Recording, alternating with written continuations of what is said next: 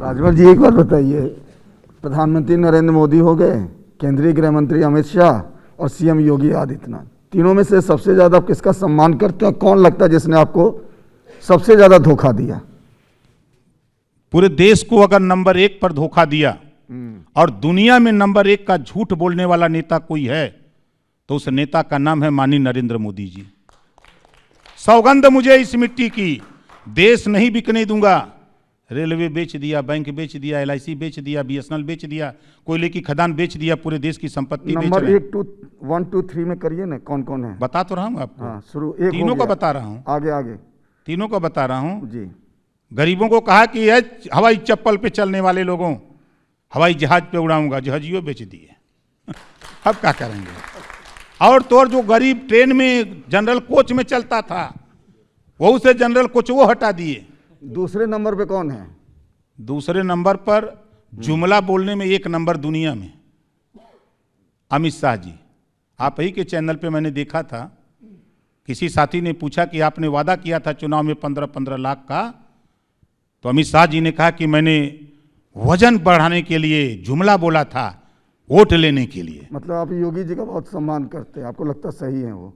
इस देश में, इस प्रदेश की बात करें, देश में नहीं, अगर देश की बात करें तब भी प्रदेश की बात करें, पिछड़े दलित का अधिकार लूटने वाला अगर कोई नेता उत्तर प्रदेश में नंबर 1 पर है तो योगी आदित्यनाथ है। और आपने जो ओवैसी साहब के साथ किया, आप तो कह रहे थे कि भाई आओ 100 नहीं 10 सीट पे लड़ो, समझौता करते हैं, और अखिलेश जी कह रहे हैं कि हम उनसे समझौता करेंगे नहीं। ये चक्कर क्या है आपके और अखिलेश जी और ओवैसी साहब के बीच में? देखिए, पर्दे पर 2 ही आदमी दिखते हैं ना, ओम प्रकाश राजभर और अखिलेश जी। समझौते में प्रेमचंद प्रजापति जी हैं, बाबू रामपाल हैं, रामसागर बिंद हैं, किशोर पटेल हैं, संजय चौहान हैं, अनिल चौहान हैं, केशवदेव मौर्य हैं, लेकिन पर्दे पर 2 ही आदमी दिखते हैं। इस नाते दिखते हैं कि जो और हमारे साथी हैं वो हमारी बात मान गए कि नहीं, हम 100 सीट नहीं, हम 2 ही सीट पर लड़ेंगे, हम 2 ही लोग जीत के आवे, पहले जीत के आवे, हम 2 लोग रहेंगे तो अपनी पार्टी को बढ़ाएंगे। तो देखिए, पूरा देश कांग्रेस के साथ था ना, आवाज वही देश की जनता। आपने चूंकि कांग्रेस का जिक्र कर दिया, एक सवाल मैं आपसे पूछना चाह रहा हूं। आपने एक हाल में बड़ा विवादित बयान दे दिया कांग्रेस की नेता प्रियंका गांधी को लेकर। उन लोगों का जो नारा है कि लड़की हूं लड़ सकती हूं, आपने ये कह दिया कि उनकी तो शादी हो गई प्रियंका की, अब लड़की कहाँ है, वो औरत हो गई, अब कहाँ लड़ सकती हैं? अब इसका क्या मतलब है? मैंने क्या गलत बोला? मैंने क्या गलत बोला? तो एक लड़की जब तक शादी न हो जाए, हाँ, जब तक शादी न हो जाए तब तक वो लड़की है।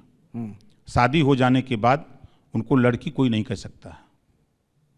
मैंने देखा वो जो मीटिंग मैंने देखा, उसमें सब 14 साल 13 साल 12 साल 15 साल की लड़कियां थी जो वोट नहीं दे सकती। मैं सही कहा हूं, आज भी कह रहा हूं, हमारी माँ लड़की नहीं हो सकती। नहीं तो माँ लड़ तो सकती है ना? है माँ, हाँ ये बात तो मैं मान सकता हूँ, माँ लड़ सकती है, लेकिन लड़की लड़ सकती है, लेकिन जो उनकी भाषा शैली है उनके सहारे वो लड़ने के लिए, तो वोटर है नहीं है तो क्या लड़ेंगे? सवाल इस बात का है ना, वोटर नहीं है। हाँ। वो वोटर नहीं है तो उनसे उनको लेके क्या लड़ा जाएगा? हम बहनों के साथ लड़ सकते हैं, माँ को लेके लड़ सकते हैं, भाभी को लेके लड़ सकते हैं, तो ये बात तो समझ में आती है।